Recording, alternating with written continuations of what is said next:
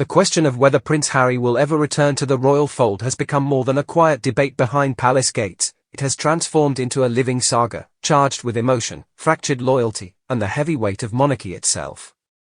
Once the bright younger son who captivated crowds with his charm, Harry now finds himself cast in the role of exile, a prince adrift.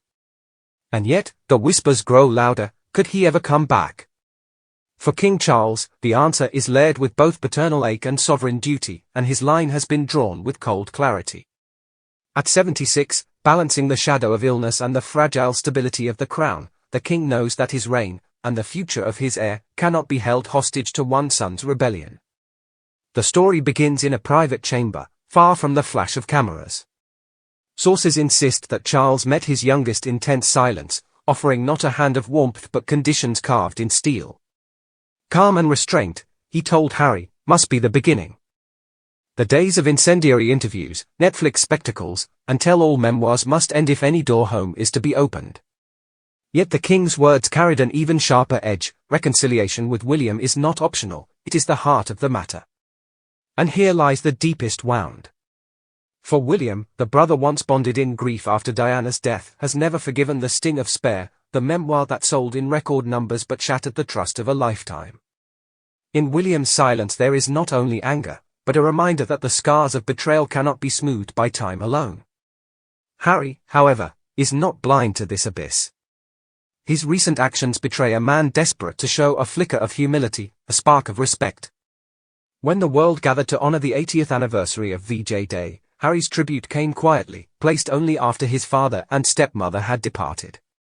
It was a gesture as delicate as glass, a sign that he would not seize the spotlight.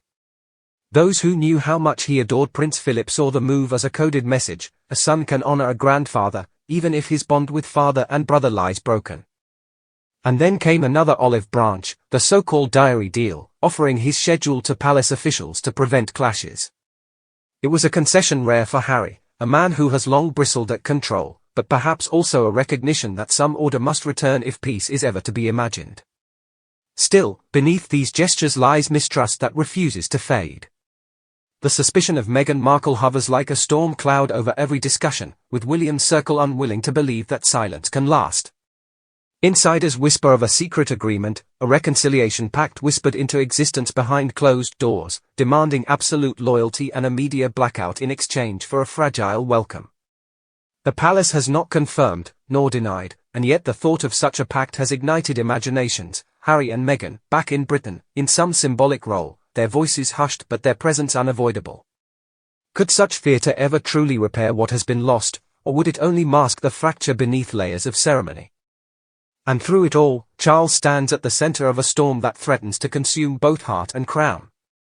His recent health struggles have only sharpened the stakes.